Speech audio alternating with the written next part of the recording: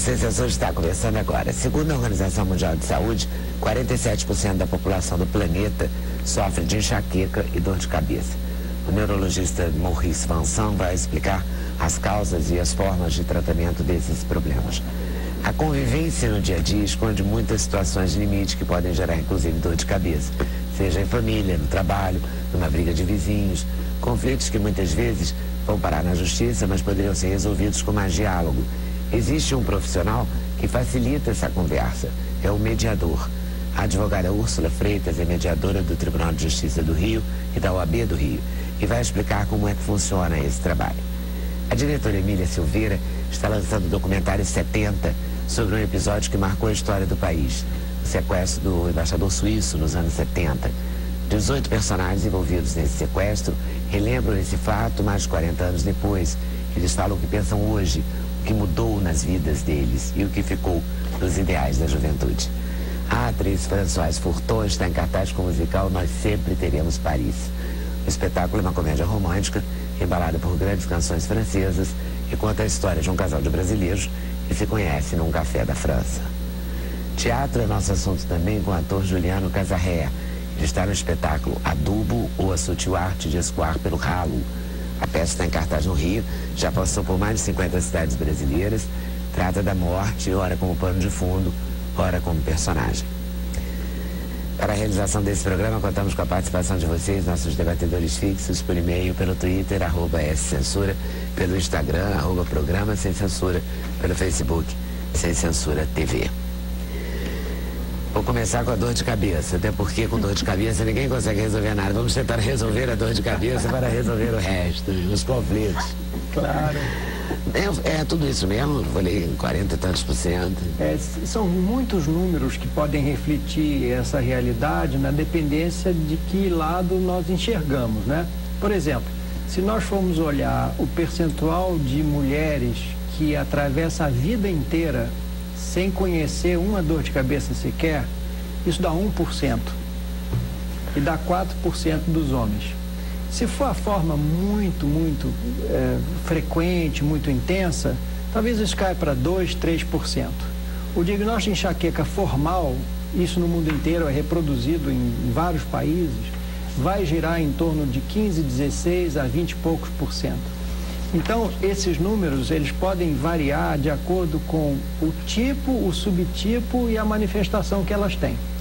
Mas o que está por trás de tudo isso é que é muito frequente. E a Organização Mundial da Saúde considera enxaquecas recorrentes entre as 20 mais importantes e impactantes doenças da humanidade. É um problema de saúde pública.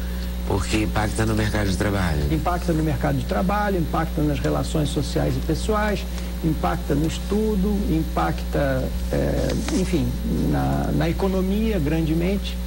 E são números muito grandes, não é? Não é uma doença que ocorre em pouca gente. Alguém aqui tem dor de cabeça frequente? Enxaqueca durante anos, agora fiquei boa. Então em casa tem uma pessoa que tem enxaqueca, né?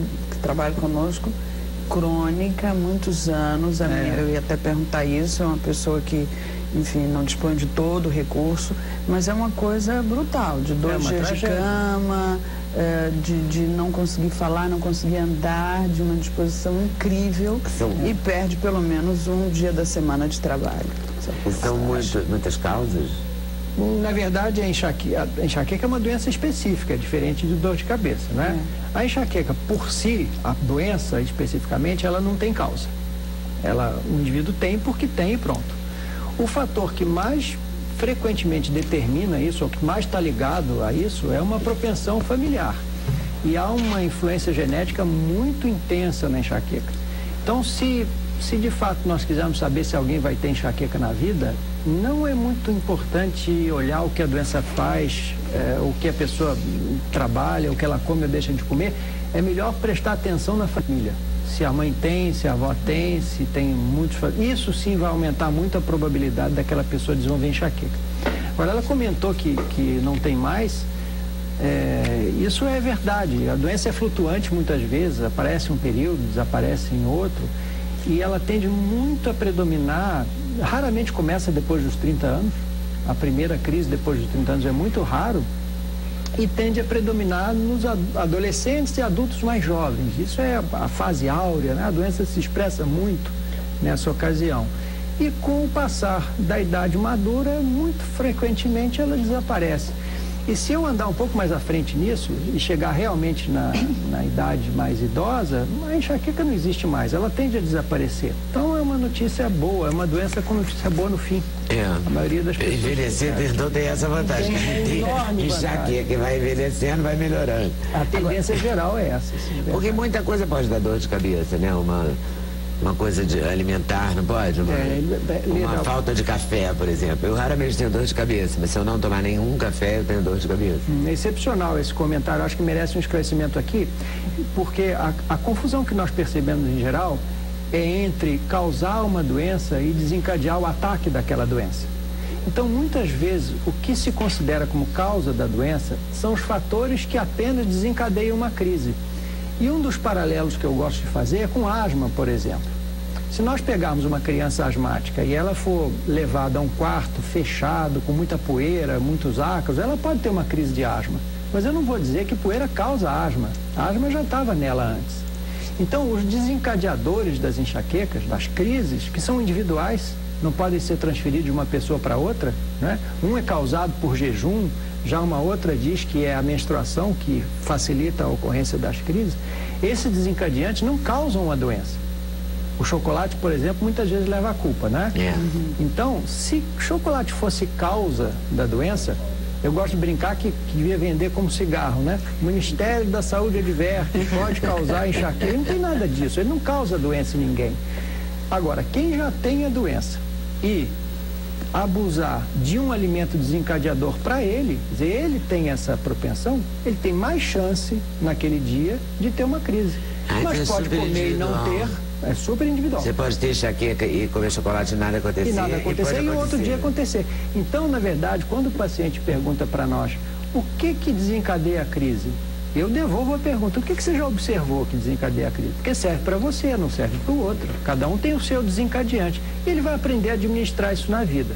Nem agora, o sistema nervoso, porque uma vez foi indicado tranquilizante para ela. Já se tem isso estudado populacionalmente, né? É possível listar o que mais frequentemente as pessoas referem como desencadeadores. Num grande estudo americano que começou em 2005, o estresse emocional está entre os primeiros, é o primeiro desencadeador, na verdade, né? Mas aí que é o problema. Quando eu tiro um desencadeante, eu não trato a doença. Por exemplo, eu não curo asma pedindo para uma criança nunca mais entrar em quarto empoeirado, ele continua com asma. Então, tirar o estresse de um enxaquecoso, primeiro que a gente não consegue tirar o estresse não sai, não é assim, não tem como. E segundo, tirar o desencadeante da crise não tira a causa, ele continua com a doença, ele vai ter enxaqueca sem ter estresse. Então, tranquilizante é absolutamente ineficaz, não tem o menor sentido. A pessoa vai continuar com a doença do mesmo jeito, porque não é causa. Se fosse causa, acabava, né? Toda vez que a gente tira a causa de uma doença, a doença acaba, né? O indivíduo tem apendicite, o cirurgião tira o apêndice, acaba a doença, porque era causado pelo apêndice, não tem mais o apêndice inflamado, então acabou a doença. Se o estresse emocional fosse causa da enxaqueca, uma vez removido o estresse, ela acabaria, e isso não acontece. E muitos indivíduos ficam muito, na verdade, espantados, porque estão em férias, estão numa tranquilidade absoluta, né? Estão na maior felicidade, e perguntam, mas doutor, eu tive uma crise enorme, como é que pode? Eu não tenho estresse nenhum. Falei, por isso, a doença não é causada pelo estresse, nada proíbe você tenha crise. Uma doença danadinha, então, né? E as mulheres sentem, porque as mulheres falam que quem tem TPM, essas coisas costuma ter mais. Né? A mulher tem um desencadeante que é o período menstrual, geralmente antes, 1, 2, 3 dias antes do primeiro dia do fluxo, e a gravidez tem um efeito oposto. Em geral, são 9 meses de benesse, não tem nenhuma crise, é uma felicidade plena. Às vezes umas crises no primeiro trimestre, mas some. É um bom tratamento ficar grávida. 9 meses sem crise. Mas e uma vez constatada a doença, existe um tratamento para a doença? Existe tratamento para a doença, que não é analgésico. O analgésico é tratamento por sintoma, né? Então você trata a doença. Existem maneiras de transformar aquele indivíduo pouco suscetível às crises. Então são medicamentos que foram feitos para isso, né? Tem esse fim especificamente. Parece como pressão alta. O indivíduo toma aquele medicamento para pressão alta todo dia numa hora e a pressão dele fica sob controle. Esse tipo de tratamento existe para enxaqueca. A pessoa toma o remédio na hora que ela tem que tomar, todo dia, e ela está menos sujeita às crises. Então vamos supor, ela tem um ataque por semana, ou 2 por semana, cai para 1 a cada 2 meses, ou se ela tiver sorte, até nenhum. Então reduz a propensão. Na verdade, o que a gente quer é reduzir a propensão daquela pessoa a sofrer as crises. E aí ela tem uma qualidade de vida melhor, não precisa perder, não é? Como no caso da pessoa que você mencionou, um dia de trabalho, ou pessoas que perdem anos de faculdade, que, enfim, as tragédias são muitas, dependendo da realidade de cada um.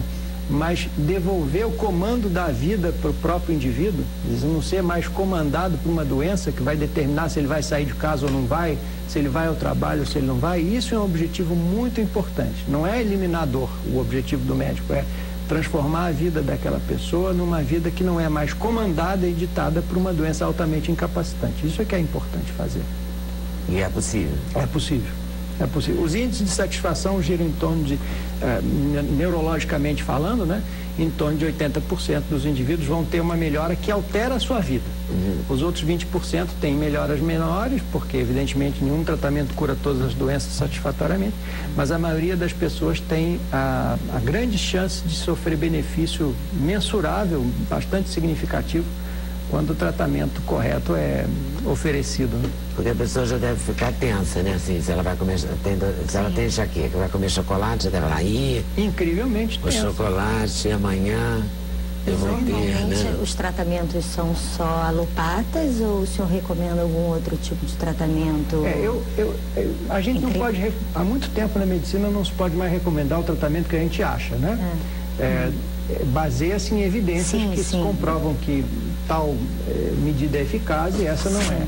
E se nós formos plenamente honestos e realmente formos colocar as medidas que existem disponíveis para esses indivíduos, não tem medida mais eficaz a longo prazo, que, se for medida de forma adequada, do que tratamento medicamentoso formal. Agora, todo paciente que diz eu melhoro se eu faço acupuntura, melhoro se eu faço meditação, melhoro se eu faço esporte, deve fazer. E nós temos um conjunto de conselhos, né, que fazem parte de uma vida saudável e que está provado, produzem benefício para o enxaquecoso também. Eu vou citar alguns, não dá tempo da gente falar tudo, mas o exercício físico regular é altamente benéfico. Sabe-se que o sedentário tem mais crises ao longo do tempo do que o exercício, a pessoa que faz exercício ativamente. A obesidade, então ser magro diminui a frequência das crises também. A alimentação regular diminui. O sono regularizado também. O indivíduo deixa de dormir uma noite, dorme tarde, aí volta a dormir. Quer dizer, quanto mais regular é a vida, a rotina de vida alimentar e tudo, menor é a tendência das crises. Então, esses conselhos que muitas vezes as pessoas até intuitivamente já sabem, né? Comer bem. É ruim a gente falar isso, porque aparecendo médico é óbvio, né? Eu já sei que a gente tem que se alimentar bem. Fazer exercício, comer bem, dormir bem. Fazer exercício, comer bem. Qual é o segredo? O segredo é comer bem. Eu já sabia. Exatamente. Por que não faz? Eu detesto dar conselho do óbvio, né? Mas o que acontece aqui é que comparou-se indivíduos que têm esse tipo, faz exercício, se exercitam e tudo, com indivíduos que não se exercitam. Aí a frequência das crises diminui. Então a gente tem que também mencionar isso. O que melhorava a sua, Emília? Pois é, ele falou em estresse. Eu acho que a primeira causa minha era estresse, quer dizer, muito trabalho, muita preocupação. Mas a segunda eu acho que era dieta. Quando eu ficava com fome, ou ficava trabalhando direto e pulava o almoço, jejum, ou levava uma maçãzinha, chegava a enxaqueca. Eu cheguei a ter assim, cada dia sim, dia não, aí tomava remédios fortíssimos. Agora o meu estilo de vida mudou. Quando esse estilo de vida mudou, Ela foi embora. E um pouquinho a idade também, vamos combinar, né? Que você falou aí, eu sei que também... Mas o estilo de vida foi regular mais? Foi você botou mais ordem? Diminuir o estresse e fazer algumas coisas que eu não fazia, como ter um médico japonês que fazia acupuntura, que fazia moche, e ele me disse assim, ponha na sua agenda alguma coisa a seu favor todos os dias. E aquilo me impressionou muito. E eu falei, mas como assim? Todos os dias ponha seu nome na sua agenda e faça uma coisa que seja a seu favor. E isso um pouco mudou minha vida, porque eu comecei a fazer mais exercício, eu comecei a me preocupar mais com a alimentação. Agora, eu acho que a minha era isso, estresse e dieta, assim, maluca. Os desencadeadores, né? São os mais importantes, não é? Muito bem. Briga de vizinho, eu vou voltar aí, tá? Briga de vizinho deve dar muita dor de cabeça, né? Dá. Briga dá dor de cabeça. Brigar dá uma dor de cabeça, né? Conflito. Pode não dar dor de cabeça mesmo, dor. Mas que dá por reação. Às vezes melhora, né, Lili? Às vezes brigar melhora a dor de cabeça. Não, mas é quando nós estamos em conflito, nós estamos envolvidos num determinado conflito, a nossa energia está toda mobilizada ali, né? A nossa preocupação está toda voltada para aquele conflito. E é por isso o desgaste emocional. Por isso que algumas pessoas somatizam, né? E eu acho que o Dr. Morris pode falar melhor do que ninguém. Muitas vezes as pessoas acabam apresentando problemas físicos quando estão vivendo um divórcio, uma separação, ou um problema de uma morte em família que a causa de uma briga no inventário. As pessoas realmente passam a viver em torno daquele conflito. A gente observa muito isso lá no Tribunal de Justiça, quando as pessoas chegam, às vezes, uns processos que perduram por 5, 6 anos, né? Como elas estão desgastadas, como elas estão cansadas, né? E o efeito borboleta, que eu costumo dizer que tem, porque contamina toda a família, né? Os filhos estão com problemas, a própria pessoa já está com problema, enfim, E aí o tribunal adotou uma política que agora nós temos um centro de mediação de conflito dentro do fórum e os juízes mandam os casos mais complexos, familiares, para os mediadores, né? Briga de administração de filhos, essas coisas? Pode ser divórcio, separação. A mediação vem crescendo muito, né? Hoje a mediação... A formação do mediador é sempre um advogado? Não, ele pode ter qualquer formação acadêmica, desde que ele seja capacitado em mediação de conflito. Então tem um curso de mediação? Existe um curso de mediação, uma capacitação em mediação de conflito, né? Que você pode ter qualquer formação acadêmica, pode ser advogado, psicólogo, jornalista, ou o que você for, desde que você se capacite, porque a capacitação em mediação, ela é interdisciplinar, né? Você estuda técnicas de comunicação, de negociação, você mergulha um pouquinho na antropologia, na filosofia, e no direito. Curso de nível universitário, um curso técnico, um curso complementar? Não, é um curso complementar. Ele tem hoje, porque a mediação hoje no Brasil, ela ainda não é regulamentada por lei. Existe uma lei tramitando no Congresso há 14 anos, que ainda não foi regulamentada. Olha que legal. Precisamos de um mediador. Alguém precisa mediar um conflito lá na mediador para acelerar isso. Precisamos de um mediador no Congresso. Mas agora já tem um projeto de lei que já está quase passando. O projeto de lei já está passando. O Conselho Nacional de Justiça tem a resolução 125. Enfim, ela vem crescendo, né? Porque os conflitos vêm crescendo e a necessidade de profissionais nessa área vem crescendo também. Qual é o ideal? O ideal é que o mediador, ele seja conhecedor daquela matéria que ele vai mediar. Por quê? Porque o mediador, o principal instrumento do mediador são as perguntas. E se eu não conheço nada a respeito de direito de família, por exemplo, quais perguntas eu vou fazer para aquele casal que está se divorciando, entende? Então, é importante que o mediador da área empresarial, ou da área comunitária, ou da mediação escolar, ele conheça aquele assunto que ele vai mediar. Porque ele vai fazer perguntas, ele vai trabalhar com perguntas. Quem é o mediador? O mediador é um facilitador de diálogo que atua facilitando a comunicação entre as partes envolvidas num conflito com técnicas de comunicação e negociação. O mediador não induz, não traz soluções prontas. Por quê? Porque a ideia é que as partes envolvidas construam uma solução. Ah, mas por que elas têm que construir? Porque ninguém melhor do que elas para saber qual é a melhor solução para o caso delas, né? Então, através de perguntas reflexivas, as pessoas vão chegando a uma solução. E por que é a melhor solução? Porque ela tem sustentabilidade no tempo. Porque aquelas pessoas construíram aquela solução. Não foi o juiz, não fui eu, não foi você que disse para ela que ela tinha que fazer aquilo. Porque quando o juiz ele impõe, ele dá uma solução para aquele caso, ele decide de acordo com a lei, embora ele esteja aplicando a lei ao caso concreto, não necessariamente aquela é a melhor decisão. A culpa não é dele. Ele está decidindo de acordo com as normas, com a lei, com aquilo que ele tem ali. Só que a vida, o processo ali, aquele papel, ali tem uma vida, tem uma história, que é muito mais do que aquilo que está no papel, né? E já se chegou à conclusão de que um conflito, ele não perdura no tempo por conta de motivos objetivos. Ah, eu quero essa caneta e você também quer. Não. Existe uma pauta subjetiva por detrás daquele conflito, que são sentimentos, são valores, uma série de outras coisas que motivam, que fazem com que aquele conflito não termine. Por isso é que no judiciário acontece isso, os processos não terminam, porque na verdade a gente não vai na causa, a gente não vai na causa daquele problema.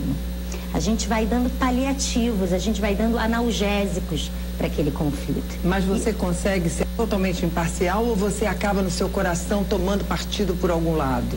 Olha, a parcialidade, a imparcialidade é algo que o mediador tem que estar sempre atento, porque o ser humano, naturalmente, ele toma um certo partido, porque ele forma o seu juízo de valor.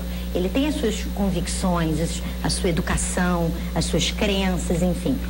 Mas é um treino, né? A gente treina, né? Estuda muito para ser médico, depois vai e faz estágios, enfim.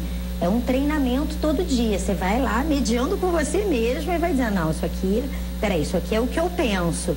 Mas o que eu penso não interessa. O que interessa é o que ele pensa.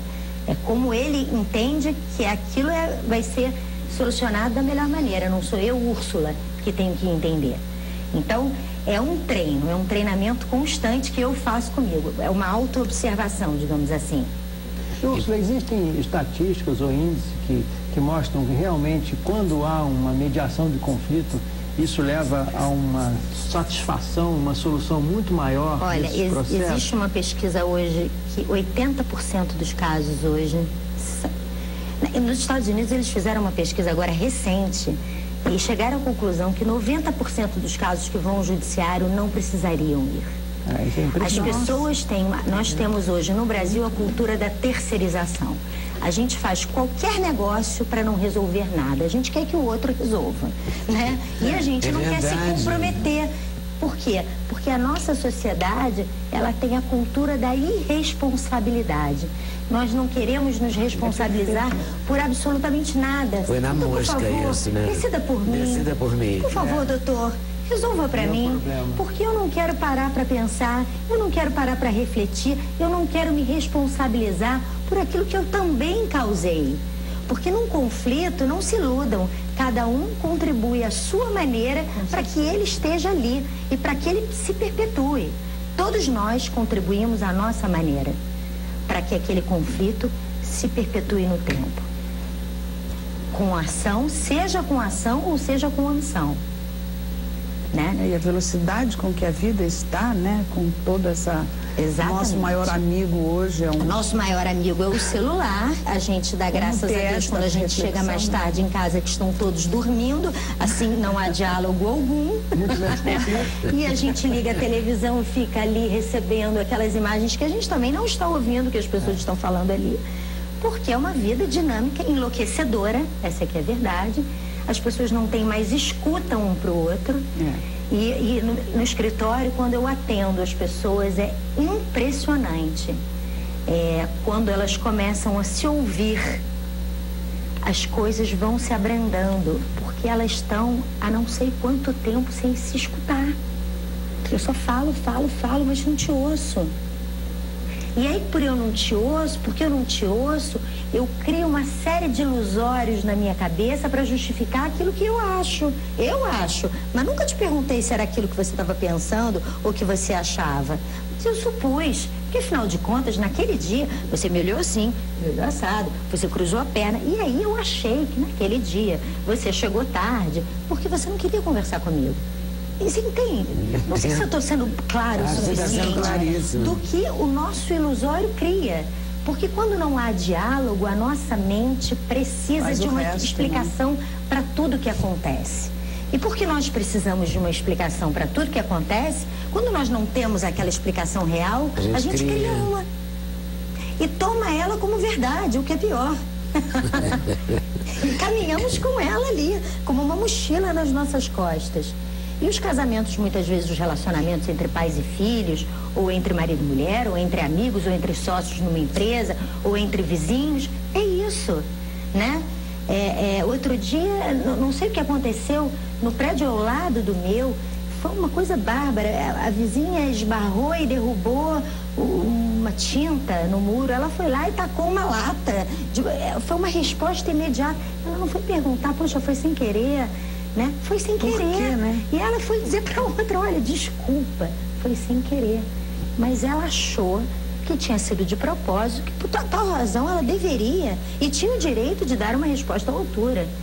Quer dizer, a nossa sociedade está muito adoecida e, assim, não tenha dúvida, todos nós aqui contribuímos à nossa maneira para isso, né? Porque estamos muito desatentos à nossa escuta e à nossa fala. Eu acho gravíssimo, além dessa não percepção do outro, porque aí vai o direito do outro. Sim. Tem uma lista de intelectuais, é o segundo dia que o Globo faz matéria sobre isso. Tem Albas Aluar, tem vários intelectuais que assinaram um documento pelo direito de ir e vir. Porque quando você... diante de todas essas greves, quer dizer, na verdade, são 300 pessoas que fecham um caminho de 2 milhões. E é um direito constitucional. Você também poderia ir e vir. Então, independente dos motivos da greve, eles estão discutindo a mobilidade urbana, etc. Claro, direito de todos, a discussão. E tem esse documento, já tem... Ontem tinha 300 assinaturas, não me lembro do número de hoje, mas eu li a matéria, acho que a gente chama de suíte hoje, e era nesse sentido. E eu fico muito impressionada com isso, como não se presta atenção no outro. Mas o que me chamou mais a atenção foi você falar dessa terceirização. Porque há uma terceirização absoluta. Desde criar filho, né, que você terceiriza para babá, no avião terceirizam para o passageiro ao lado, não chuta a cadeira que, olha, a tia não está gostando. Como assim a tia não está gostando? Eu nunca vi aquela criança. É claro que eu não estou gostando, mas a mãe não toma uma atitude. Não diz, não faça isso, né? Sim. Não, largue aqui. Outro dia eu vi uma garotinha, ela derrubou todas as caixinhas de bala numa loja de produtos naturais no chão. E a mãe não foi incapaz de dizer nada, entendeu? Porque, sei lá, a menina podia ficar traumatizada. Não sei o que ela passou na cabeça dela. Porque se responsabilizar exige uma atitude. Não assumir nunca, né? Exige uma tomada de atitude. Ela falou uma palavra importante, a omissão. Eu acho que a questão da omissão para a falta de diálogo é muito maior do que o conflito. Porque o conflito, de alguma maneira, ali você está jogando um pouco de você. Na hora que você se omite... e não dialoga, aí fica dando bandeira de você quando você se omite. Não, acho que eu não quero se aborrecer com aquilo. O conflito ele é inerente às relações humanas, né? Ele é inerente à sociedade. Na verdade, o grande lance é como você encara o conflito, de maneira positiva ou negativa. Como você vai lidar com ele. O conflito sempre vai haver. É inerente à sociedade. Nós estamos o tempo todo divergindo. Os humanos ele pensa de uma forma, eu penso de outra, ela pensa de outra. O que nós precisamos é respeitar um ao outro e saber como nós vamos encarar aquela situação. Como vamos lidar com ela? De uma maneira construtiva ou destrutiva? Né? Eu me pergunto um pouco se tem alguma coisa a ver com o nosso tecido social, quer dizer, a realidade que se vive agora aqui no país. Sim, certamente que sim. Esse caso que você mencionou, Ursula, da cidadã que deixou cair um copo e logo voltou uma lata desmesurada em velocidade oposta, né? Falta bom senso. É uma coisa absolutamente óbvia. É uma coisa que absolutamente falta, né? Então, o tecido social é como se nós todos estivéssemos vivendo, cada qual num casulo. É verdade. Sim. E aí, com esse casulo, eu terceirizo tudo, fico lá fechado ali dentro, não preciso me relacionar com ninguém. E se sai um dedinho de dentro desse casulo, gera um conflito, sem o menor bom senso. É uma ausência absoluta de comunicação. E aí, quando você... Eu costumo dar o seguinte exemplo, de um casal que vai deixando as coisas acumularem, né? Aquele casal que não discute sobre nada, tá sempre falando baixinho, tranquilo lá. E um belo dia tem uma briga absolutamente... É claro que aquela briga não veio do nada. Foi um acúmulo ali de coisas não ditas, de comportamentos que eram esperados e não foram adotados. Tem uma série de coisas, não é de repente, nada é de repente. As coisas vão vindo acontecendo e nós vamos fingindo que não estamos vendo. E na ação da mediação de conflito, que é o seu trabalho, assim, você ouve as partes primeiro. Sim, e aí você vai sacando, porque você tem que saber como é que aquelas pessoas pensam, né? Claro, ouço muito, é o que eu mais faço é ouvir. Eu falo muito menos do que... se elas estão vendo, ou se elas estão respeitando o direito, você tem que sacar isso. Regras. Na verdade, a gente tem uma primeira sessão de pré-mediação, onde a gente explica o que é a mediação, qual é a figura do mediador, o papel do mediador. Para os dois ou para um de cada vez? Para os dois. Os dois juntos? Os dois juntos. A primeira reunião de pré-mediação eu explico quem é o mediador, a figura do mediador, quem são, o que eles podem esperar do meu trabalho, o que eu vou esperar deles, dos mediantes, como funcionam as reuniões, a duração das reuniões, enfim.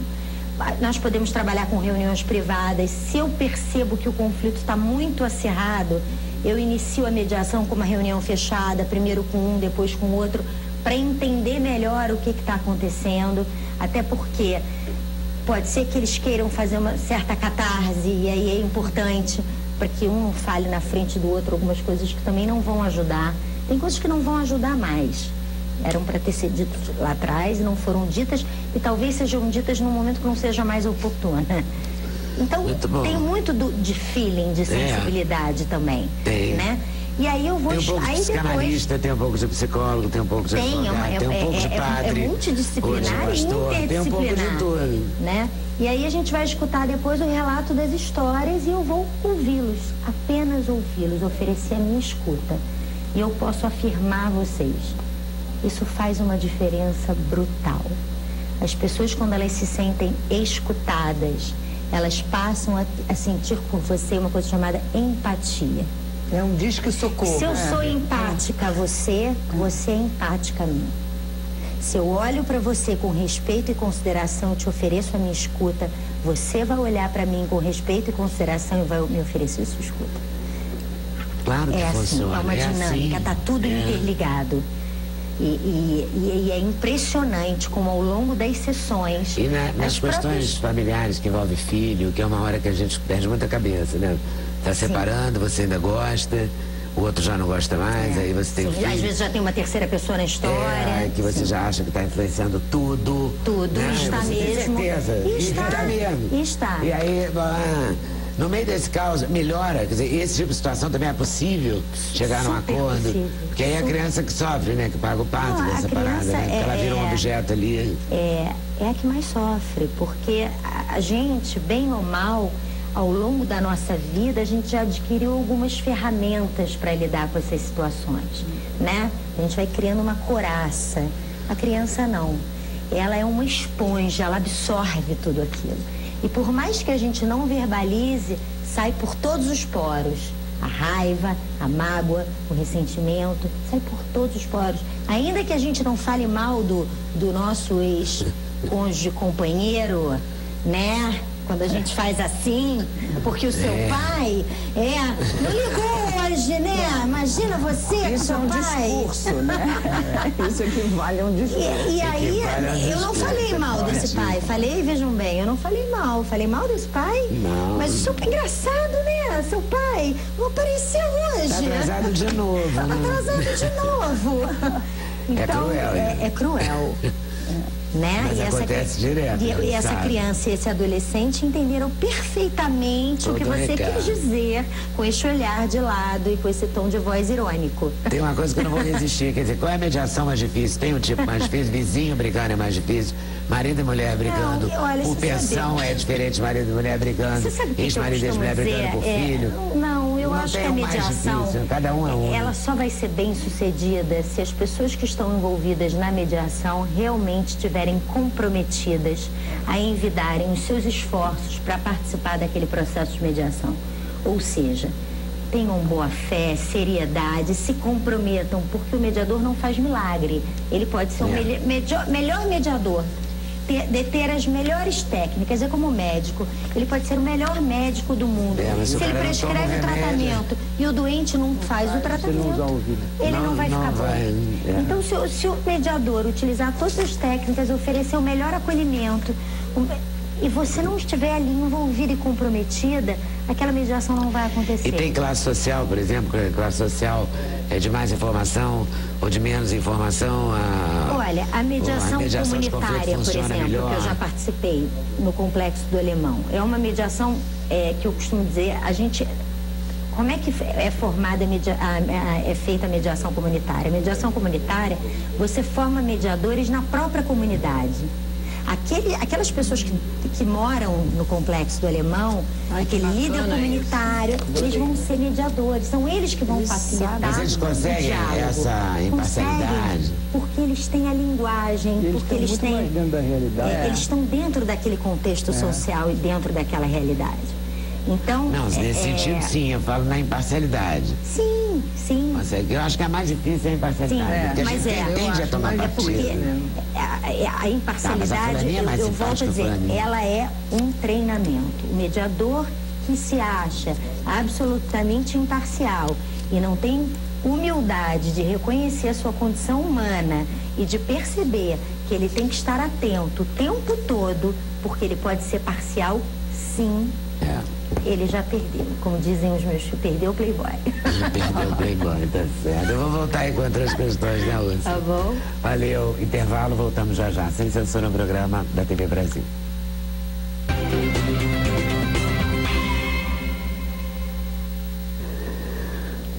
Juliano Casarré. Juliano Casarré, eu queria que ele viesse aqui, demorou. Desde o Ninho, eu acho. Ninho foi amor à vida? Desde o Adalto? Não, desde aquele que você namorava do Avenida Brasil. Com Eliane Jardine. Eliane Jardine, adorável, né? Muito bom. Muito bom. Desde aquela época teve filme. Foi. Né? E muita minissérie. Você trabalha dessa, né? Um trabalhador. Trabalhador. Eu venho emendando trabalhos assim há muito tempo. Eu fiz 3 novelas das 9. Fazia uma, aí pulava outra, fiz Cissa do Coração, Avenida Brasil e depois Amor à Vida. Aí saí de Avenida Brasil, recebi o convite do Heitor na última semana da novela para fazer o Serra Pelada, no lugar do Wagner. Tipo de coisa que eu estava morto, cansado de fazer uma novela inteira, mas assim, eu não vou dizer não pro Heitor Dália, eu vou dizer não pro meu primeiro protagonista no cinema. Não tinha como, então vamos lá, baixa a cabeça e sprint final. Aí isso com o filho pequeno, que nasceu criança aí no meio. Eu mudei de casa umas 7 ou 8 vezes em 4 anos. Assim. Eu fui pra Brasília, voltei pro Rio, voltei pra Brasília. Você mora onde, Hoje eu moro quase no fim do Rio de Janeiro. Eu moro lá perto da prainha. Você mora no Rio hoje? Morando no Rio. Com a mulher, com crianças, todo mundo junto ali. Que bom, né? Porque você também ia muito a Brasília ver. Ia muito, ficava os filhos lá, e a mulher e voltava correndo. Durante Amor à Vida. Eu acompanhei sua vida inteira, a gente está tentando trazer você aqui há um tempão. Eu adoraria ficava acompanhando, sabe? Não, mas agora ele está em Brasília. Não, agora vai nascer o neném, agora não sei o quê. Né? Justamente por essas correrias todas que eu não consegui vir. Mas acompanhamos muito mesmo. Foi assim muito bom. Você gostou de fazer cinema? Eu adoro fazer cinema e também você fez outros, além de Serra Pelada, não fez? Eu acho que eu já tenho uns 15 ou 16 longas-metragens, eu acho. Mas com protagonista que foi o primeiro? Eu comecei no teatro em Brasília, fiz Você é de Brasília? Você é um brasileiro? Sou criado em Brasília, sou um brasilense por adoção, mas nasci no Rio Grande do Sul. Mas com um mês, 2 meses eu já estava em Brasília, meus pais já viviam lá. Então eu sou um brasiliense, assim, eu acho que eu penso com cabeça de brasiliense, a minha relação com o espaço é de brasiliense, sabe? Por isso que eu fui morar lá no fim do Rio de Janeiro, porque eu não consigo, não me dou bem com espaços muito urbanizados, prédio um muito perto do outro, muita gente na rua, eu não sei muito como me colocar. Por isso, porque eu sou daquela Brasília, e justamente do plano piloto, cresci na Asa Norte e tal, então acostumado com ver menos gente, com deslocar mais rápido. É outra relação, ver o céu, ver o horizonte. Então, São Paulo e Rio de Janeiro são cidades que... Claro, Brasília que é esquisita, mas como eu cresci lá, eu acho que o mundo inteiro é esquisito. Brasília tem um horizonte mesmo, é verdade. O céu tá ali. É muito bem planejado, então você tem as coisas na que é o maior quadra horizonte certa. do mundo, né? Que Brasília tem o maior horizonte do mundo, né? Brasília em grande parte da cidade você vê 360 graus de horizonte, assim. Às vezes eu gosto muito de ir no parque da cidade, correr, e você tá abraçado pelo céu ali, pra qualquer lado do parque que você vai correndo, você vai vendo o céu tá na sua frente, ele não tá lá, assim.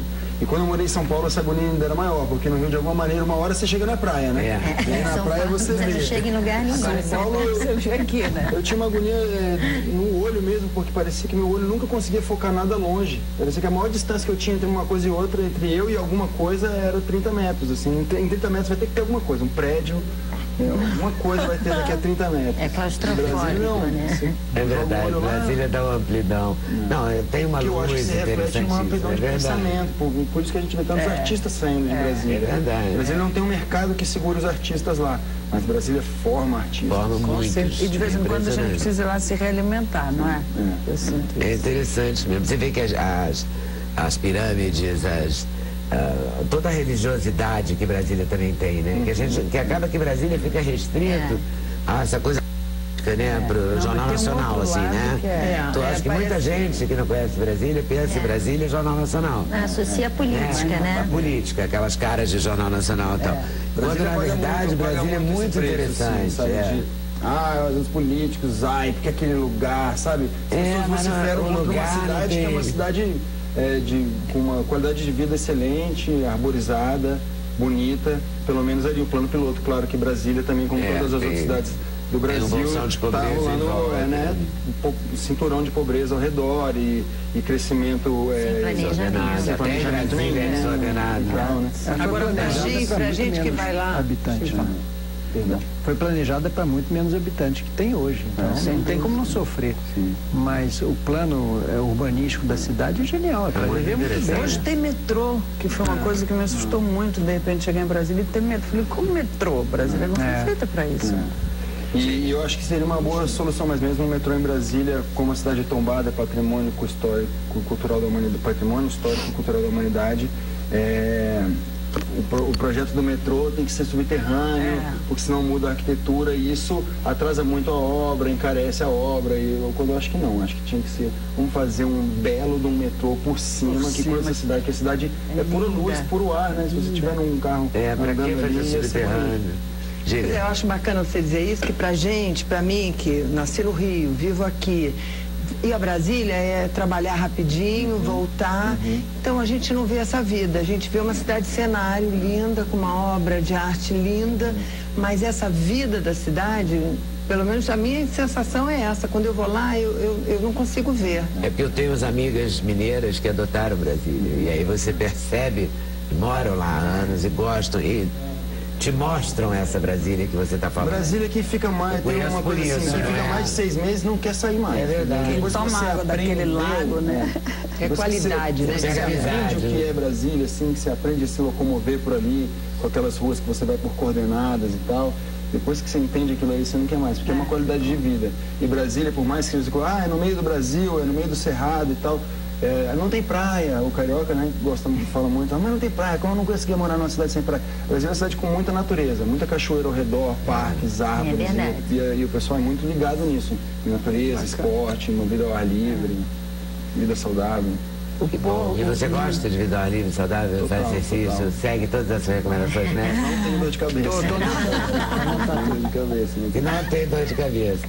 E tá aí nessa estrada há quantos anos, Juliano? Eu comecei a estudar teatro na Universidade de Brasília em 99 e não tinha feito nada antes, assim. Eu entrei na universidade meio foi um não sei muito bem. Tinha ator na sua família? Assim. Tem ator, né? Tem ali o Darcy Casarré, que chegou a trabalhar na companhia do Procopio Ferreira e que era casado com a Deia Selva, também uma atriz que fez muito teatro no Brasil, participou ali do cinema.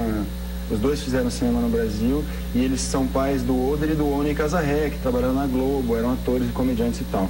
Mas esse é um tronco da família que eu só escutava falar, assim, né? A gente não tinha muita relação. Eu só conheci o Oder uma vez que eu fui em Brasília, acho que na década de 90, Mas quando eu ia para o sul, o meu avô, que era primo do Oder e do Ono, sempre falava: ah, o tio Darcy que saiu daqui, ah, o Oder e o Ono e tal. E bom, é uma família de mentirosos, assim, contadores de história, né? O meu pai é escritor, meu avô gostava de teatro, então de alguma maneira eu acho que esse sonho estava adormecido ali. No meu avô que passou pro meu pai, que é escritor, mas que sendo escritor viu que ia ter que ter outra profissão. O Brasil não é um país de leitores, então ele ia escrevendo os livros dele, mas trabalhando como jornalista, depois trabalhando no Senado Federal. E eu acho que isso veio de alguma maneira para mim, assim, e tanto que foi o meu pai, um dos caras mais racionais que eu conheço, cerebral até a última instância dele. Um dia eu fiz um trabalho para o colégio, que é teatro e tal, e eu gostei muito de fazer, tive prazer fazendo aquilo. E aí um dia conversando com meu pai, ele estava me dando alguma bronca por alguma nota baixa que eu tinha tirado, como muitas que eu tirei na vida em física, matemática, tudo que era exato. Ele: por que gaúcho, né? Mas por que tu não consegue me tirar um 8, um 9, passar com folga? Porque eu detesto isso, cara. Eu não aguento mais. Eu tô estudando isso há 15 anos. Eu não sei o que eu vou fazer com um seno de 30, cara. O que eu vou fazer com a cotangente? Eu não sei o que é uma cotangente. Eu não quero fazer isso. Eu quero fazer isso que eu fiz na escola agora. Quero fazer uma cena. Quero fazer um troço que eu não sei o que é, pai. Ele falou: por que tu não faz vestibular para artes cênicas? E ele nega até hoje que ele tenha dito isso, mas ele disse. Ou algum anjo falou pela boca dele e eu ouvi. E eu fiz vestibular para artes cênicas e entrei sem nunca ter feito uma oficina, sem ter feito nada, e me apaixonei. Estava fazendo também uma faculdade particular de jornalismo, mas quanto mais eu estudava teatro, mais eu queria mergulhar naquilo, assim. Entrei achando que ia fazer comédia, porque eu gostava muito dos grupos de comédia de Brasília. E quanto mais eu mexia naquilo, mais eu me apaixonava, e fui fazendo.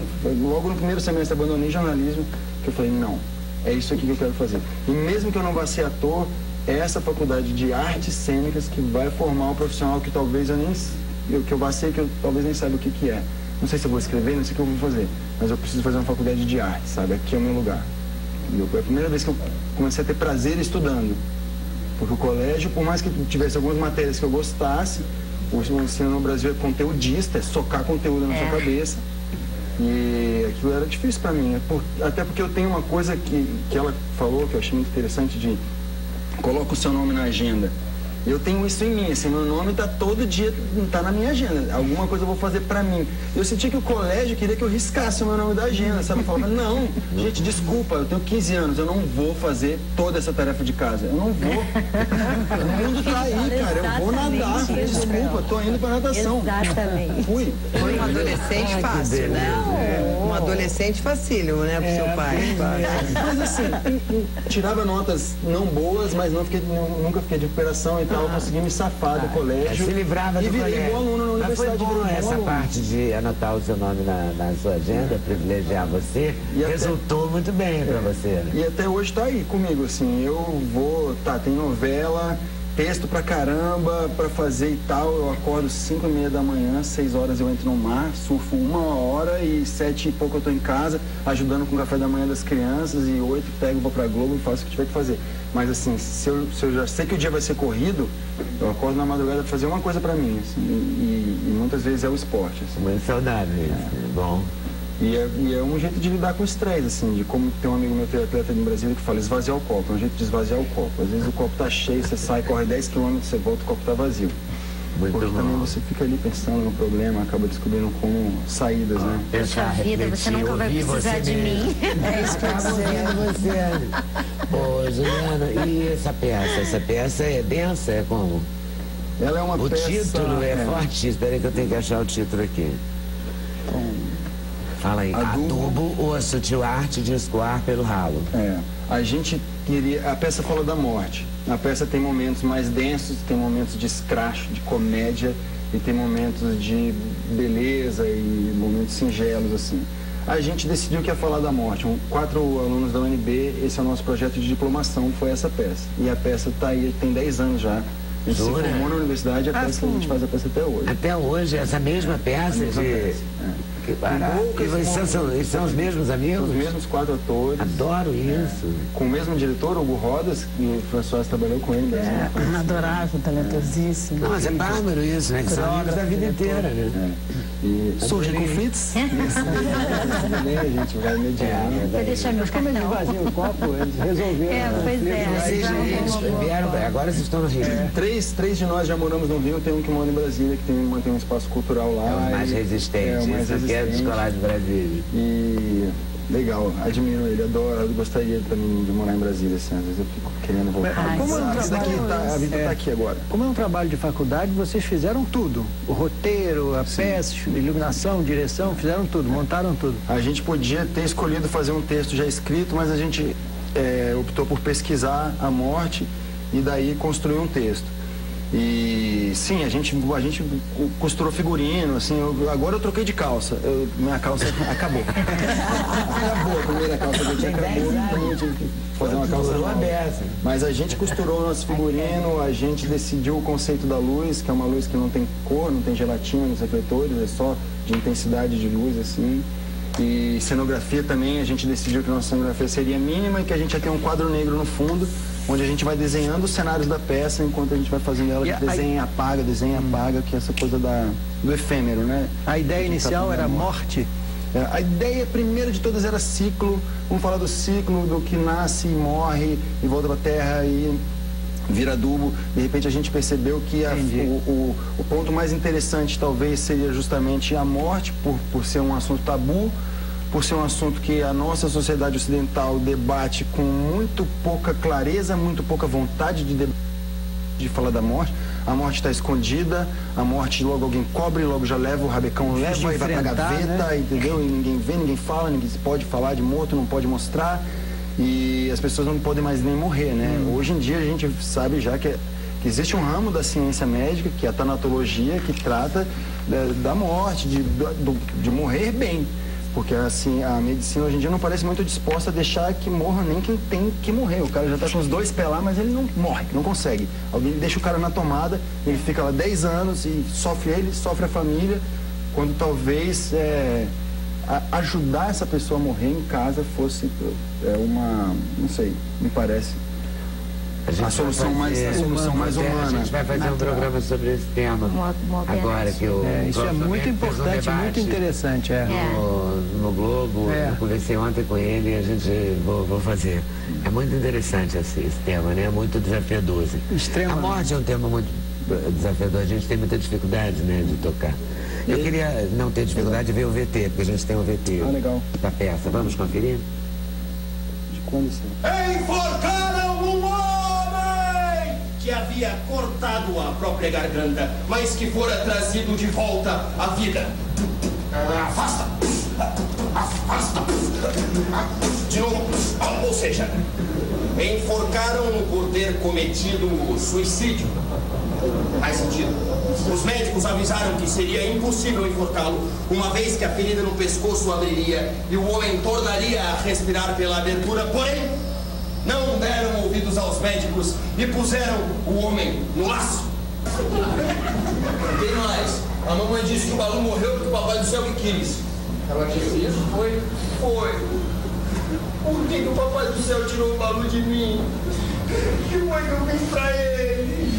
Qual o problema dele? Eu só queria poder acordar amanhã e com meu cachorrinho pra baixo do bloco, ver o Balu fazer seu cocôzinho matinal, correr atrás de canelas inocentes, cavar buraco no jardim de azaleia do síndico. Banco de praça pública, 3 da tarde. São prêmio! São prêmio!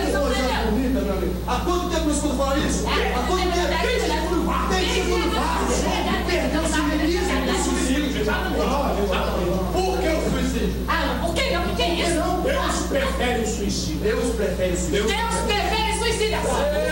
Não tem o dom da vida, só ele que pode tirar. Olha só, Deus tá dado, quem perdeu é relaxado. São 3 histórias, né, na verdade. 3 histórias principais, que são os filósofos, que a gente chama, que são justamente aquela última cena ali, que são 3 bêbados num bar, vão ficando cada vez mais bêbados. Vão ficando cada... Deus tá dando que perder relaxados e incomodados que se retirem. E tem a história do menino que perdeu o cachorro, que também apareceu ali. Que apareceu, que é o... tem uma mãe, Balu, né? que é o Balu, que o menininho perde o Balu. O fim da peça é o Balu, chegando no paraíso dos cachorros. E a terceira história da adaptação de uma parábola budista. Uma parábola budista é uma mãe que perde um filho e ela quer uma cura, até que um camponês fala para ela, não, eu não posso te ajudar, mas procura o mestre. E Buda fala para ela, não, é tranquilo, eu te ajudo. Encontra uma semente de mostarda numa família em que nunca morreu ninguém. Só isso. E aí ela sai e ela vai vendo que todo lugar, todas as famílias já morreu gente. E ela se dá conta de que o que ela tá chorando não é uma dor dela, é uma dor da humanidade, né? Enfim, então a gente fez essa longa pesquisa na filosofia, na literatura médica e tal, sobre a morte, sobre o morrer, sobre pós-morte e sobre suicídio. A gente leu o estudo do suicídio do Durkheim. E aí com isso a gente foi construindo cena, né? A peça não é um tratado sobre a morte, é cena, são histórias. Tá na Caixa Cultural e a gente reforça isso no último bloco, tá bom? Legal. Queria agradecer a Bárbara Lafetá, da Rede Globo, a liberação da presença do Juliano Casarré aqui. Muito obrigada, valeu, adorei. 70, diga aí. Ai. Silveira. Emília Silveira. Documentário conta a história do sequestro do suíço. Embaixador suíço. 70. Conseguiram a liberdade de 70, preso. Você escolheu 18. Para quem fala? Quem tá no longa? Das pessoas mais conhecidas. Jean-Marc Vanderlei, lembra dele? Lembro. E eles não são muito conhecidos. Esse sequestro foi o último. Foi o que demorou mais tempo e foi o que tirou mais gente. Mas as pessoas não eram assim famosas. E nem ficaram famosas porque tantas ficaram. Algumas ficaram, mas em suas áreas, porque eles são basicamente hoje assim intelectuais, professores. Não são muito conhecidos. Jean-Marc tem os muito conhecidos, os que ficaram pelo caminho, que é a Maria Auxiliadora, a Laura Barcelos e o Frei Tito. Frei Tito. Os dois. Eles são os mais conhecidos. Tem um livro sobre o Frei Tito. Tem livro, tem muita coisa sobre ele. E um dos personagens que fala sobre o Frei Tito no filme diz que hoje, né, Frei Tito é nome de escola, é nome de rua, é nome até de uma escola de dança, que ele estava ali falando dele. E os torturadores estão jogados no lixo da história. Então, o Tito foi um dos que ficou pelo caminho. E, na verdade, o filme, que é um filme bem-humorado, por incrível que pareça, falando desse tema, mas eu quis fazer especialmente uma homenagem a eles dois, a Maria Auxiliadora, a Laura Barcelo, a Dora e ao Tito. Dora esteve presa comigo em Bangu, na época que eu era presa política, e o Tito, esse personagem, que foi a primeira pessoa que fez uma grande campanha contra a tortura no Brasil, porque ele dentro da prisão, aqui no Brasil, ele já tinha tentado se matar uma vez, e aí escreveu uma carta linda, denunciando as torturas e dizendo tudo que ele sofreu. E essa carta saiu do Brasil, chegou lá fora e foi a primeira denúncia sobre tortura que teve. E apesar do filme ser sobre pessoas vencedoras, que são pessoas que deram a volta por cima, né? Apesar disso, eu queria homenagear os que ficaram pelo caminho, né? Que são eles dois. E muitos outros, mas no caso... A Sandra Moreira participou com você? Direto, né? Porque aconteceu... A Sandra é minha parceirona no filme, minha sócia na produtora, roteirista do filme. E o que aconteceu? Eu, há 10 anos atrás, resolvi fazer esse filme, me encantei com esse tema. Um ex-marido meu do século passado, né, meu amor? Da outra encarnação. Da outra encarnação. Saiu nesse sequestro, que era o Marco Maranhão. E ele começou, e nós somos amigos até hoje. E sabe que essas coisas acabam, mas não terminam, não é isso? Acabam, mas não terminam. Acabam, mas não terminam, muito bom. Ele começou a me contar que esse grupo dos 70 era um grupo que não se dispersou. Que assim, de ano em ano, de 2 em 2 anos, 5 em 5 anos, eles iam se reunindo. E um dia ele disse assim... vai ter um jantar no Lamas, velho Lamas, onde eu conheci a Leda também na outra encarnação. Na outra encarnação. Nós duas jornalistas de jornal, né, Leda? De jornal. E lá no Lamas vai ter um jantar. Aí eu já estava trabalhando como diretora de televisão, né? E falei assim, vou pegar uma câmera emprestada com alguém e vou lá filmar. Tudo bem, filmei aquilo. Sabe quando uma coisa fica...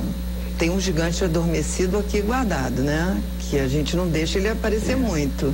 Então aquilo ficou ali, naquela caixa, guardado e tal. E aí um amigo meu, é o Jomico, João Tobias Zulay, que é diretor de cinema e tal... parece que a vida amorosa, minha vida amorosa, não é o caso, mas eu na época estava namorando o Jomico. Aí ele não é o caso, o filme não é o caso. E ele me diz assim, mas esses personagens, mas existe um filme sobre essas pessoas, feito na década de 70. Aí eu falei, hein? Mas sobre esses que são desconhecidos, ninguém sabia. O Jean é a pessoa mais conhecida, foi presidente da UNE e tal, e hoje em dia é um batalhador com essa área de economia agrária e tal, um cara conhecido de ONG. Mas aí ele me diz, existe esse filme. Como assim existe esse filme? Esse filme foi feito por um grande diretor americano, fotógrafo, Haskell Wexler, que foi fotógrafo do Estranho no Ninho até. Ele e um diretor chileno, Saul Landau, estavam no Chile para fazer uma entrevista com a Allende. E aí souberam que tinha 70 malucos brasileiros lá, banidos do Brasil, recém-saídos... Antes da queda da Allende. 70... Eles foram direto para o Chile? Eles foram para o Chile. Em 70, eles foram banidos do território nacional. Perderam a cidadania, foram para o Chile, para Santiago. Aí esses dois diretores souberam... Eu não lembrava mais bem de Pois é, essa que é a velha história, né? Eu lembrava do Elbrick que foram para a Argélia. Foram 4. O Elbrick, depois teve um japonês pequenininho, que tirou 5. Eu lembro mesmo. Depois teve o von Holleben, que tirou os irmãos Pesutti, tirou um monte de gente muito conhecida e muito famosa na época, e que foram para o México, e esse era o último. Que foi pro Chile. Esse foi o último. E aí eu falei, bom, eu me senti meio obrigada a fazer o filme, porque... ter documentos da época dessas pessoas, né? Eu achei uma coisa fantástica. Né, esse filme. Isso, aí conseguimos os direitos de trazer esse filme para o Brasil. E aí eu pensei assim, bom, vou fazer esse filme, mas eu não posso fazer esse filme sozinha, porque sabe aquela coisa de você fazer o seu umbigo, sabe? Tem que ter alguém para te dizer não, né? Porque e aí a Sandra, que a gente sempre se deu muito bem trabalhando, convidei a Sandra, entrou na hora, na maluquice, né? E aí fizemos um projeto e tal, foi isso. Aí tem 10 anos essa história. E até conseguir um produtor e tal. Agora, como eu botei num e-mail para os meus amigos, assim, chegamos lá, 10 pontos de exclamação, porque foi uma trajetória aí longa. Vamos ver um pedacinho? Trechinho.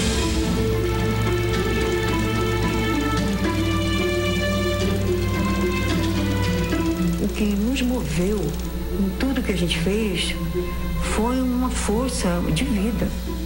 A história sempre acontece alguma coisa. E o que era a sociedade brasileira em 1969 ou 70? Era um churrasco dentro de um paiol de munição com cerveja e cachaça. Alguma granada ia ser cair no chão e explodir aquele troço. A casa em que morávamos foi cercada por cerca de 20 policiais. Houve um intenso tiroteio, lançamento de bombas. Pau de arara, choque elétrico, palmatória, telefone. A sola coisa democrática no Brasil é a tortura. Nós fizemos uma reunião em Pedra de Guaratiba em maio de 70, dos 4 que fizeram a reunião, só eu tô vivo. Um dia a gente estava na escola, tinha uma prova, o professor deu a prova e abriu o jornal. Na hora que ele abriu o jornal, no estado de Minas, tinha foto, procura-se. Tinha uma foto do papai e da mamãe. Eu tinha 11 anos, eu não sabia o que fazer. O embaixador da Suíça, senhor Giovanni Enrico Bucho. No dia 7 de dezembro, o encarregado de negócios da Embaixada da Suíça anunciava mais um sequestro. E eu sei que chegou um outro oficial e disse: o comandante não quer que torture mais esse cara. Quando estava esperando para ser fotografados, Fleury chegou na porta e disse assim: aí, não tinha nada com nada e vai sair em sequestro, hein?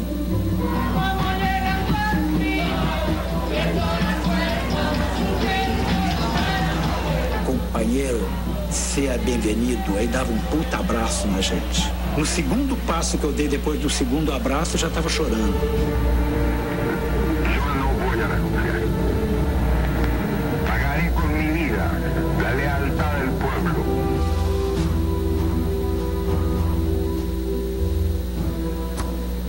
E segue uma vida normal de documentário? Olha, ele segue, vamos dizer que ele tenha 2 camadas. Eu estou dizendo o que a gente pensou. E, de certa maneira, eu estou muito feliz porque isso, de alguma maneira, está sendo entendido.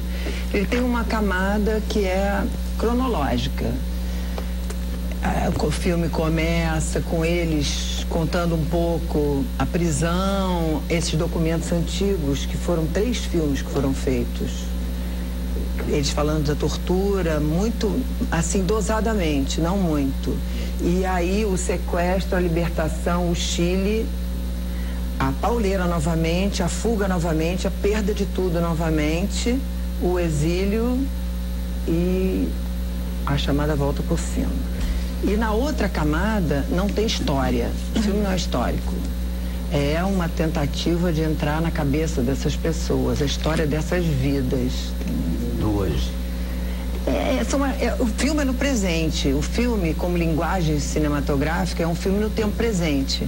Mas ele traz as reminiscências, as impressões sensíveis. O que interessou pra gente foi o quê? O que ficou. No último bloco a gente fala de onde está sendo exibido. Tá bom? Intervalo de novo, a gente volta já já. Sem censura no programa da TV Brasil.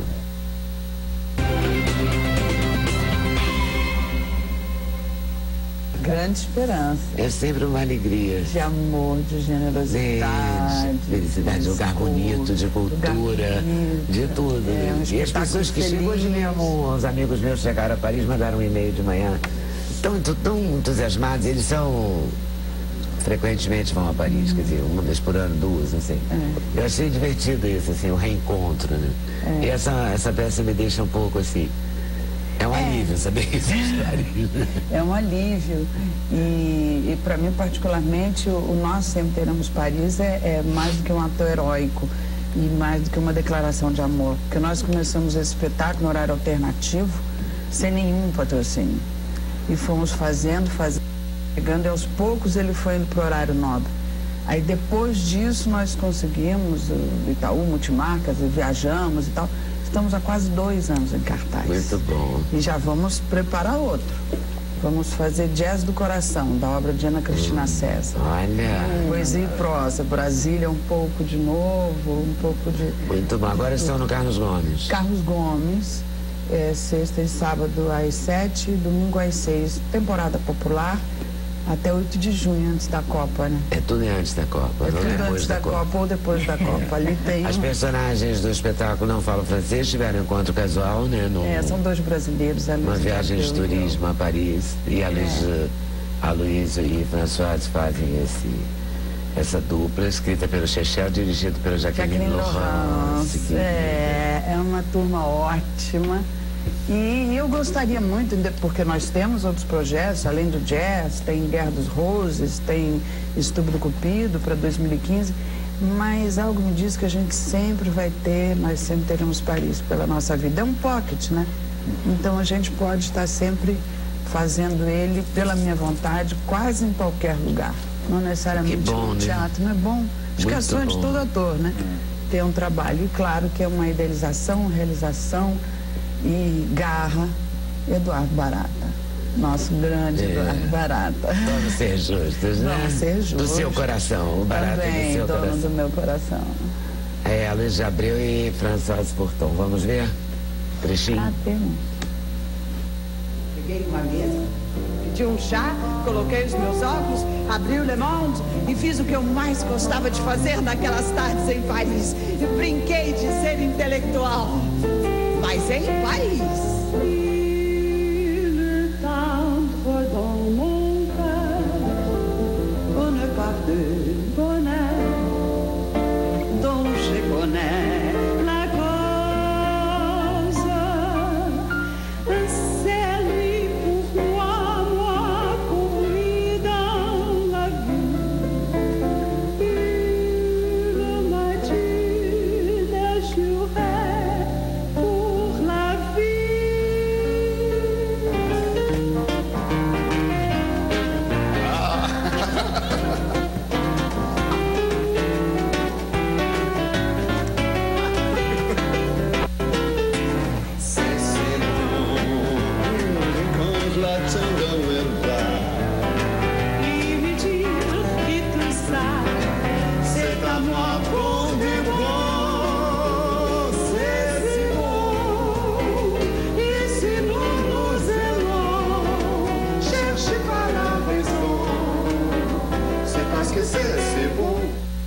escolha das músicas, tudo é Chechel.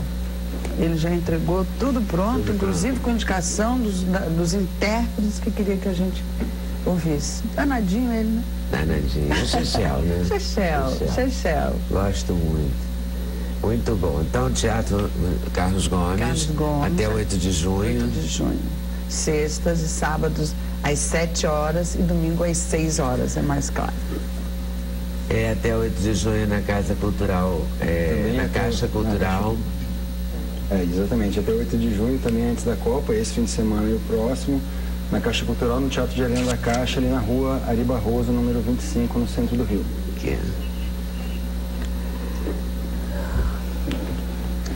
A Cristina está dizendo que tem outro break. Tem certeza? Absoluto. Então, intervalo, voltamos já já. Sem censura no programa da TV Brasil.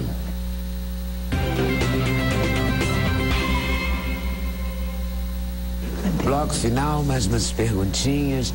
Eu perguntei para a Úrsula no intervalo se pode existir uma mediação de conflitos, sem necessariamente a justiça. Claro. Porque, às vezes, numa questão familiar, por exemplo, a gente vê na televisão e nos jornais, quando a família é muito rica e muito famosa, né? Sim. Família Maxud, virou matéria, fantástico, Jornal Nacional e tal. Sim.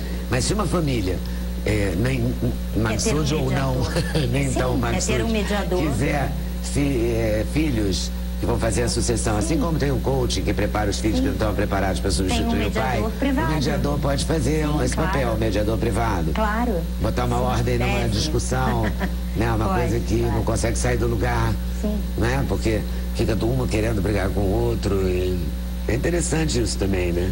Sim, pode, deve, né? Agora é uma profissão que você falou que está aumentando, então vai aumentar muito, porque os conflitos aumentaram muito. Tudo é conflito hoje em dia. Eu acho que vai aumentar muito. Nós não temos essa vai ter um cultura. Mercado maior. Nós vamos descobrir esse mercado. Eu acho que para ter esse mercado é preciso que haja cultura. É como eu te falei, essa nossa cultura da terceirização, ela é muito arraigada, né? Às vezes as pessoas me dizem o tempo todo, não, mas aí o juiz decide. Sim, mas o juiz vai decidir a sua vida, tá? Vai empurrar pro juiz, só para você saber, é ele que vai decidir que horas você vai ver o seu filho e quanto você vai pagar de alimentos, quer dizer, você está disposto a se submeter a uma imposição de um terceiro? Tem uma moça que mandou um e-mail divertido, assim, no seu tema, dizendo que realmente é verdade. Uma vez ela pegou um número estranho no celular do marido e de repente fantasiou a cena toda, sentiu até o cheiro. Nem sequer perguntou ele de quem era. No final, para todo o desconforto que ela causou, o telefone era do mecânico. Olha o ilusório. Em Minas Gerais tem uma piada que a pessoa, o carro quebra, ele fura o pneu e ele sai procurando um borracheiro. E ele vai fantasiando, ele vai me cobrar um absurdo no meio desse teatro. Quando ele chega no borracheiro, o borracheiro diz, pois não, ele diz, o senhor é um ladrão, safado e tal. E daí ele já comprou a briga com o borracheiro. Se o borracheiro dizer nem quanto custava o pneu, entendeu? É isso. Dor de cabeça. Passa quando a gente fica mais... É uma das vantagens de ficar mais velho, que é quem tem enxaqueca, há a esperança de que você passe a não tê-la mais, né? É verdade. Quando você envelhecer. Mas há tratamento. E a esperança. Há tratamento e a esperança. E a idade, é evidente que não é uma sentença absoluta, não é? Isso é sempre obtido uma média entre as pessoas. Então a gente pode falar que populacionalmente, considerando todos os indivíduos que sofrem do mal, não é? A tendência, se for enxaqueca, outras doenças não, mas a enxaqueca, com o tempo, a tendência é que ela melhore. E desapareça, aliás, melhor não, desapareça. Tem uma moça de Campinas aqui, uma professora, que diz que a medicação causou muito mal-estar a ela, muito efeito colateral. Mas tem mais de um tipo de remédio? Ela pode trocar o remédio, talvez? Claro que pode. O remédio, ele não nasce bom ou mal lá na fábrica, não é? Ele tem que ser apropriado para aquela pessoa. Então, se tem efeito colateral ou efeito adverso, cabe trocar. É preciso que o remédio seja substituído, que ela entre em contato com quem prescreveu aquele remédio, para que ele seja adaptado para ela e que não tenha nenhum problema. O tratamento não é para trocar de problema, é para resolver o problema. Se for ter problema com o remédio, não dá. O nosso Casarré está com adubo a Sutil Arte de escoar pelo ralo na Caixa Cultural Rio, de sexta De sexta a domingo, às 19 horas, sábado tem 2 sessões, às 17 e às 19. Eu falei que ele era trabalhador. Somos todos O François está no Carlos Gomes, também até o dia 8. Sextas e sábados às 19 horas, 7 da noite, e domingo às 18, 6 horas. E a nossa Emília Silveira com o documentário 70. Está sendo exibido? Espaço Unibanco, aquele artplex ali da Praia de Botafogo, que é o cinema, né, para esse tipo de documentário, e o Cine Santa, olha que legal. Olha só, muito bem. Então, vou fazer o seguinte, vou agradecer a vocês por terem vindo, super obrigada. Obrigada. Muito obrigada a você. Muito obrigado. Agradecer a vocês por estarem nos assistindo, lembrando que tem reprise 2h30 da manhã. E que ficamos combinados assim. Boa tarde, boa noite, bom final de semana. Até segunda, com certeza. Se Deus quiser, valeu.